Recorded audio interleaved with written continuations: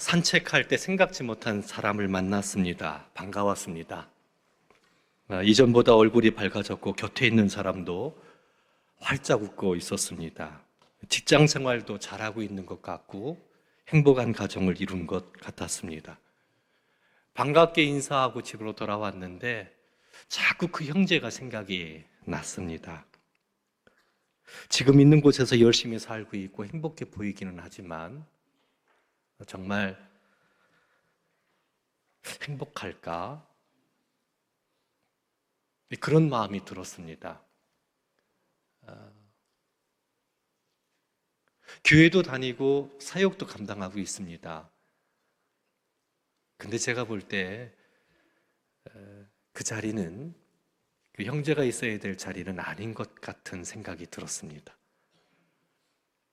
그래서 자꾸 생각이 났던 것 같습니다. 신학교 다닐 때 그가 어떻게 하나님을 사랑했는지, 어떤 꿈이 있는지, 그가 어떻게 성경 공부를 하고 신학을 배웠는지. 집이 가난했거든요.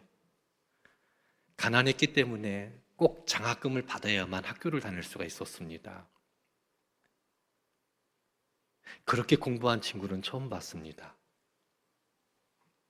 정말 그의 모든 것을 다해서 그렇게 신학을 공부했고 그 어려운 가운데서도 꿈을 키워나갔고 함께 성경 공부할 때 그가 어떤 생각, 어떤 마음을 가지고 있었는지 어떤 길을 걷고자 하는지 잘 알고 있었기 때문에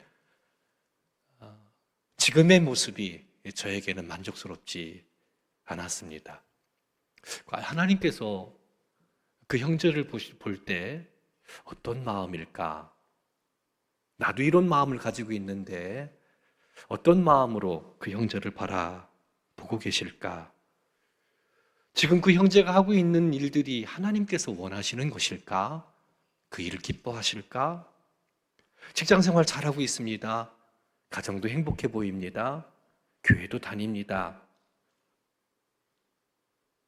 사역의 한 부분을 차지하고 그 사역을 감당하고도 있습니다. 그런데 그것이 꼭 하나님께서 원하시는, 하나님께서 세우신 자리라 이렇게 생각하기에는 좀 아쉬움이 너무 많았던 것 같습니다. 하나님께서 그 형제에게 이런 삶, 지금과 같은 삶을 기대하셨을까? 아쉬운 마음을 많이 가졌습니다.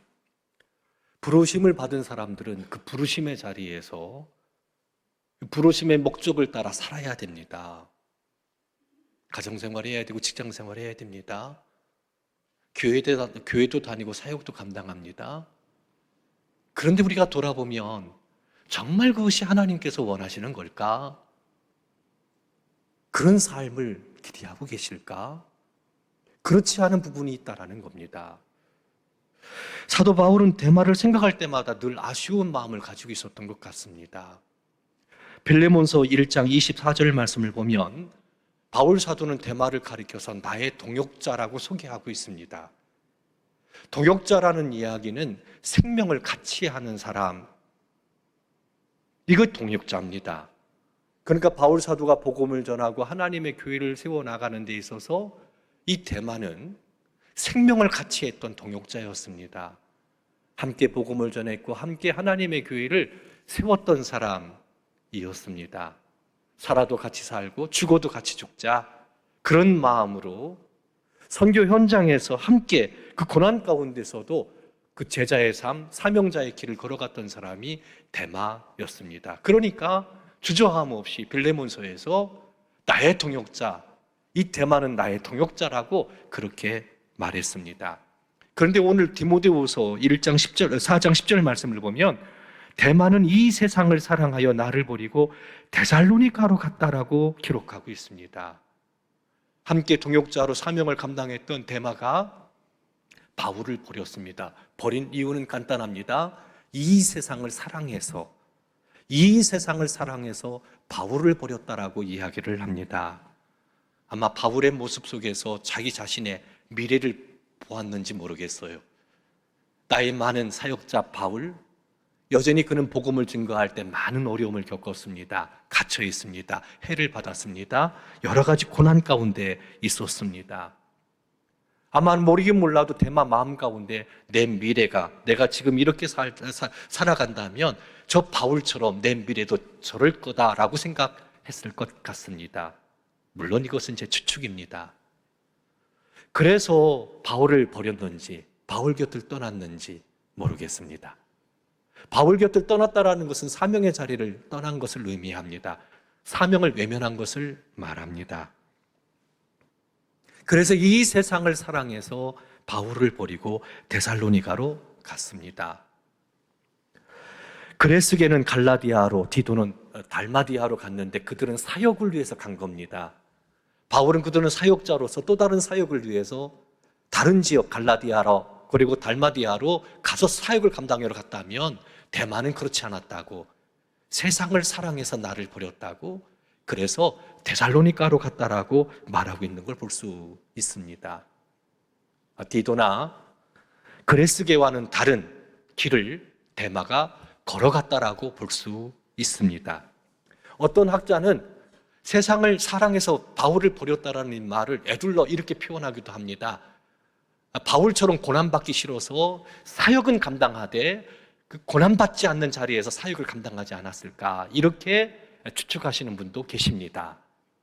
하지만 분명한 사실은 대마는 온전히 주님을 따르지를 않았습니다. 주님을 따르다가 주님을 버렸습니다. 주님을 따르다가 한 발짝 뒤로 물러나 멀찍이 따라가는 대마의 모습을 오늘 말씀을 통해서 충분히 느낄 수 있습니다. 끝까지 바울과 함께 하지 않았고 끝까지 사명을 감당하지 않았으며 끝까지 주님과 함께 하지 않았다라는 겁니다. 대마의 이름 뜻은 인기라는 뜻을 가지고 있습니다.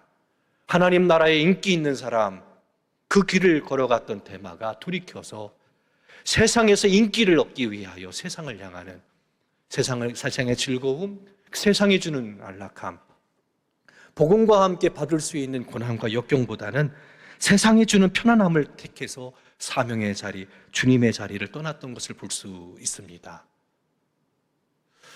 사실 사명을 감당하는 자리에서 사명을 감당할 때 많은 고난이 따릅니다.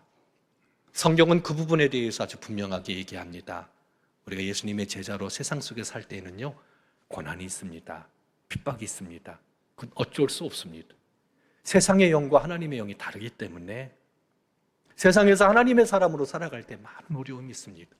가정 안에서도 제대로 예수님 믿으려면요, 많은 고난과 핍박이 있습니다. 일터는 말할 것도 없고요.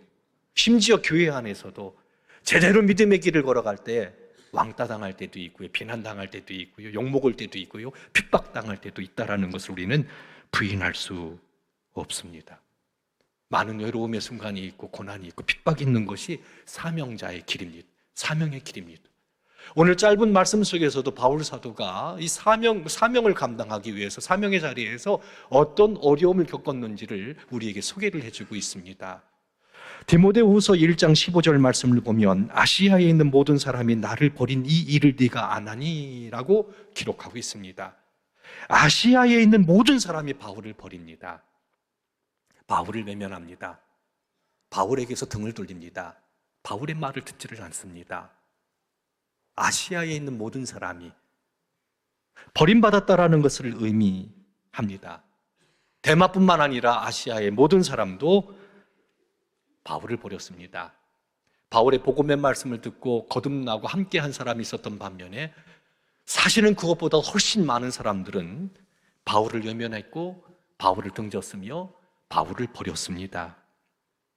바울을 환대해 주는 사람도 있었지만 오늘 본문 말씀 디모데후서 4장 14절 말씀을 보면 구리세공업자 알렉산더가 내게 해를 많이 입혔다라고 소개하고 있는 걸 볼 수 있습니다. 구리세공업자 알렉산더가 어떻게 바울을 핍박했는지에 대해서는 나와 있지는 않습니다. 그러나 많은 해를 입혔던 것은 틀림이 없던 것 같습니다. 디모데에게 말합니다. 너도 그를 주의하라. 너도 그를 주의하라. 그가 우리 말을 심히 대적하였느니라 라고 표현합니다. 우리 말은 뭘 가르칩니까? 복음의 말씀, 십자가 복음의 말씀, 그 복음을 전할 때 그 말을 대적한 사람이 구리세공업자 알렉산더였던 것을 볼 수 있습니다. 비난했을 겁니다. 욕했을 겁니다. 그리고 테러를 가행했을 겁니다.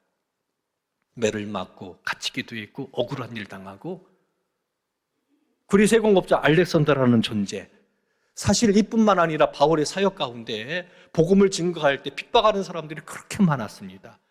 40여 명이나 되는 사람들이 머리에 뜰을 두르고 금식하면서 바울을 죽이기 전에는 우리가 먹지도 않고 마시지도 않겠다라는 그런 그룹들이 있었던 것을 우리는 압니다. 복음을 전하기 위해서 길의 어려움, 진승에게 위협을 받았던 거, 매를 맞고 결박받고 사슬에 묶여 지낼 수밖에 없는, 아마 누구보다도 대만은 바울 사도의 그런 고난받는 모습을 잘 알고 있었을 겁니다. 동시에 사명자는 외롭습니다. 외롭기도 합니다. 외롭기도 합니다.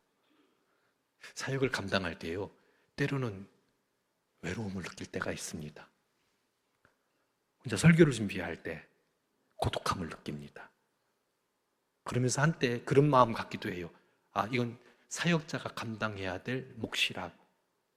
설교 작업은 사실은 하나의 작품을 만드는 거거든요. 쉬운 거 아니에요. 그러면서 홀로 성경을 보고, 그리고 그것을 설교문으로 만들 때에 느끼는 그런 고독함, 외로움, 그런 게 있어요. 바울도 그랬던 것 같아요. 그러니까 오늘 9절 말씀을 보면 너는 어서 속히 오라. 너는 어서 속히 와라. 다 떠났다. 사역을 위해서 떠난 사람도 있고, 세상을 사랑해서 떠난 사람도 있고, 지금 나 홀로 남아있는데 속히 와라. 누가가 있긴 하지만 너는 속히 내게로 오라고 그렇게 말하고 있는 것을 볼 수 있습니다. 홀로 있다라는 것에 대한 어려움들. 그리고 올 때에 드로아에 있는 가부의 집에서 겉옷을 가지고 오라고 이야기를 합니다. 왜 겉옷을 굳이 가져오라고 얘기했을까? 성경 말씀을 보면 이런 표현들이 나와 있지 않거든요. 상상해 보는 겁니다. 왜 겉옷을 가져오라고 했을까? 가난해서 날씨 추운데 겉옷을 살 수 있는 돈도 없는 거예요. 이건 제 생각입니다. 근데 사역의 현장 가운데 바울은 가난했습니다. 굶주렸었다라고 그렇게 표현하고 있는 걸 볼 수 있습니다. 내가 굶주렸다. 여러 날 못 먹었다. 갇혔다. 고단하다. 두렵다. 힘들다. 이런 표현들이 바울의 사역 현장 가운데 있었던 것을 볼 수 있습니다. 바울은 이런 모든 어려움 가운데서도 결코 주님을 떠나지 않았습니다. 복음을 증거했습니다. 고난을 견뎠습니다. 참아냈습니다. 사명의 자리를 버리지를 않았습니다. 거기에다가 그리스 세공업자 알렉산더 같은 경우 하나님께 맡깁니다. 대항하지 않습니다. 우리 교회 일할 때 때로 싸울 때가 있잖아요. 너 두고 보자 할 때가 있는데 바울은 그렇게 하지 않았습니다. 예수님의 말씀대로 원수 갚는 것은 하나님께 맡겼습니다. 하나님께 맡겼습니다. 원수 갚지 않았습니다. 그냥 하나님께 맡겼던 것을 볼 수 있습니다. 디모데후서 4장 14절 말씀을 보면 그리스 세공업자 알렉산더가 내게 해를 많이 입혔으나 주께서 그 행한 대로 그에게 갚으시리니 라고 기록하고 있습니다. 대적하지만 대항하지 않습니다. 때릴 때 맞았습니다. 욕할 때 욕 들었습니다. 변명하려고 하지 않았습니다. 대항해서 또 욕하지 않았습니다. 대마의 눈에 이런 바울의 모습은 어떻게 보였을까? 어떻게 보였을까? 저 바보 아니야? 저런 공격을 당하는데도, 저런 모함을 받는데도 저거 뭐 하는 거야? 나 저렇게 못 살겠어. 그런 마음을 가지고 있지 않았나? 왜 우리가 그런 마음 갖고 있잖아요. 충분히 그랬을 겁니다. 거기다가 말씀 디모데후서 4장 16절 말씀을 보면 내가 처음 변명할 때에 나와 함께한 자가 하나도 없고 나를 다 버렸다. 그들에게 허물을 돌리지 않기를 원하노라. 이렇게 표현하고 있는 걸 볼 수 있습니다. 다 버립니다. 근데 그들에게 허물을 돌리지 말라는 거예요. 너 그거 잘못했잖아. 이거 얘기하지 말라는 거예요. 너 왜 그렇게 해서 이런 얘기하지 말라는 거예요. 틀림없이 잘못한 겁니다. 그런데 허물을 그들에게 돌리지 않았고 돌리지 말라라고 이야기하고 있고, 핍박하는 사람, 어렵게 힘들게 만드는 사람, 원수 갚는 것은 하나님께 맡기고 그가 보복하려고 하지 않았던 그런 모습들. 대만은 그와 같이 살고 싶지 않았던 겁니다. 그래서 바울과는 다른 삶을 선택했습니다. 보다 덜 힘들고 어렵지 않은 길을 선택했고, 이 세상을 오는 세상보다 더 사랑했습니다. 그래서 바울을 버렸고 주님 곁을 떠났습니다. 사명의 자리를 떠났던 것을 볼 수 있습니다. 사명자로 삶을 살아간다는 것은 그런 어려움이 있는 겁니다. 그럼에도 불구하고 그렇게 힘들고 어려운데도 왜 이 사명의 자리를 떠나지 않았을까? 왜 바울은 그 자리를 굳게 지켰을까? 외롭고 고난받고 핍박받고 못 먹고 매 맞고 그러면서 대항하지 않으면서 왜 그 자리를 지켰는가? 영혼 구원 때문에 그렇습니다. 바울은 마지막 심판의 때가 있다는 것을 알고 있습니다. 그때가 다가오고 있습니다. 바울이 복음을 전하지 않으면 그 영혼들은 죽습니다. 구원받지 못합니다. 영혼 구원을 우리 성도 여러분 어떻게 생각하십니까?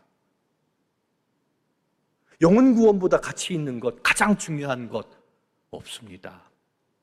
오늘 말씀을 보면 이렇게 기록하고 있는 걸 볼 수 있습니다. 디모데후서 4장 17절, 주께서 내 곁에 서서 나에게 힘을 주심은 나로 말미암아 선포된 말씀이 온전히 전파되어 모든 이방인이 듣게 하려 하심이니 라고 표현하고 있습니다. 나로 말미암아 선포된 말씀, 복음이지요. 이 복음의 말씀이 온전히 전파되어 모든 이방인들을 그들이 듣게 하기 위함이라는 겁니다. 복음을 전하고, 왜? 이방인들이 구원받아야 되니까. 마지막 심판의 때가 있습니다. 개인적으로는 죽음의 순간이지요. 동시에 역사적으로도 마지막 때가 있습니다. 마지막 때가 다가오고 있습니다. 그런데 구원받지 못한 영혼들, 그 구원받지 못한 영혼들이 지금 그 세계가 있는 것조차도 모르고 살아가고 있다는 거지요. 이 구원받지 못한 영혼들을 위해서 하나님께서 하신 위대한 일, 그들을 구원하기 위해서 주신 놀라운 은혜, 십자가의 사건. 세상 모든 죄를, 우리의 허물, 모든 죄를 대신 짊어지시고 십자가 죽음을 통해서 우리를 구원하셨다라는 이 복음. 듣지 못해 믿지 못하고 믿지 못해 구원받지 못한 영혼들, 그 영혼의 가치가 너무나도 소중한데 하나님께서 베풀어 주신 이 은혜의 소식을 알지를 못해 멸망하고 멸망의 자리, 멸망으로 그치닫고 있는 그의 삶을 볼 때 가만히 있을 수가 없는 겁니다. 핍박받아도 고난받아도 힘들고 어려워도 배고파도 갇혀도 영혼 구원을 해야 되기 때문에 사명의 자리를 바울 사도가 떠나버리면 누가 그들에게 복음을 전할 수 있겠습니까? 그들이 어떻게 구원받을 수 있겠습니까? 이것을 위해서 하나님은 그 유일하신 아들을, 예수님을 세상에 보내신 것 아닙니까? 영혼 구원을 위해서. 우리 성도 여러분들 영혼 구원을 어떻게 생각하십니까? 복음을 전해야만 영혼이 구원되는 겁니다. 복음 전하지 아니하면 어떤 프로그램이나 뭐까지 아무것도 안 돼요. 복음을 전해야만, 이 복음에는 하나님의 능력이 나타나서 믿음으로 믿음에 이르게 하거든요. 바울 사도는 이것을 알고 있었기 때문에 사명의 자리를 떠날 수가 없는 겁니다. 왜? 떠나버리면 그 영혼들은 어떻게 됩니까?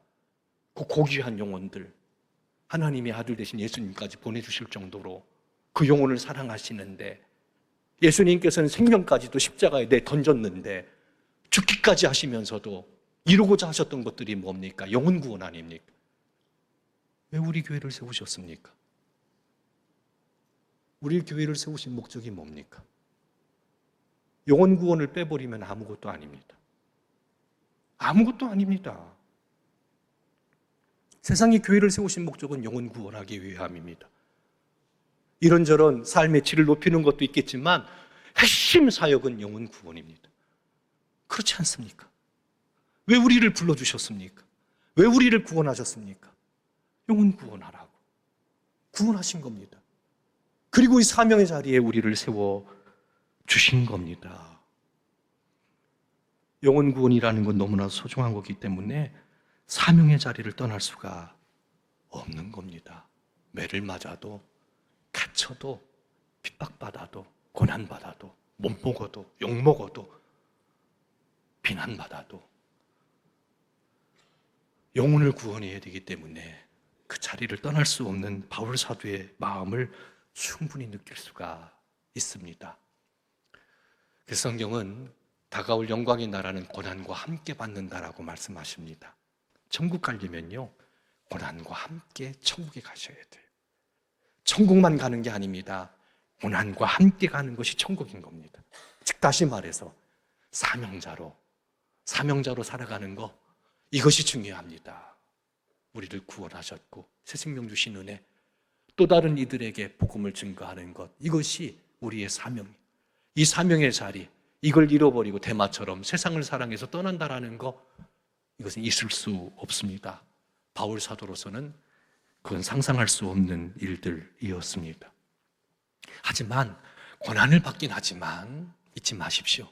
하나님께서 지키신다는 거, 하나님께서 힘을 주신다라는 거 믿으시기 바랍니다. 구원의 역사가 일어납니다.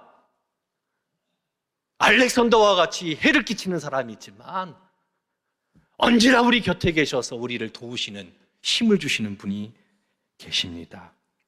말씀을 제가 읽습니다. 디모데후서 4장 17절, 주께서 내 곁에 서서 나에게 힘을 주신다라고 말합니다. 나에게 힘을 줘서 복음을 전하게 하신다. 또 이어서 이야기합니다. 그가 내가 사자의 입에서 건짐을 받았다라고 이야기합니다. 사자의 입에서 건짐을 받습니다. 주께서 함께 하십니다. 주께서 함께 하셔서 힘을 주신다. 이 힘을 준다라는 표현은요, 주입한다라는 그런 표현입니다. 이 단어의 의미가. 그러니까 하나님께서 영적으로 힘을 주입해 주시는 거예요. 지혜를 주입해 주시는 거예요. 고난받고 힘들고 어렵지만 능력으로 함께 하신다라는 겁니다. 그 복음 전하다가 사자굴 속에 던져지기도 했지요. 아마 콜로세움을 상상했을 겁니다. 네로 시대. 원형 경기장에 던져졌을 때 그리스도인들이 양의 탈을 뒤집어 쓰고 던져집니다. 맹수들이 와서 그 몸을 찢었습니다. 그렇게 순교한 사람들이 많습니다.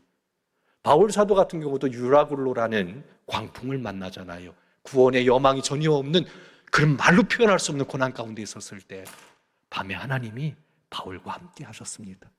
안심하라, 두려워 말라, 네가 가이사 앞에 서야 한다. 로마 황제 앞에서 복음을 전해야 될 그런 사명이 있기 때문에 유라굴로라는 광풍이 불어와도 너 죽을 수 없다라는 거예요. 왜? 가이사 앞에 서야 되기 때문에. 따라합시다. 사명 때문에 죽을 수도 없습니다.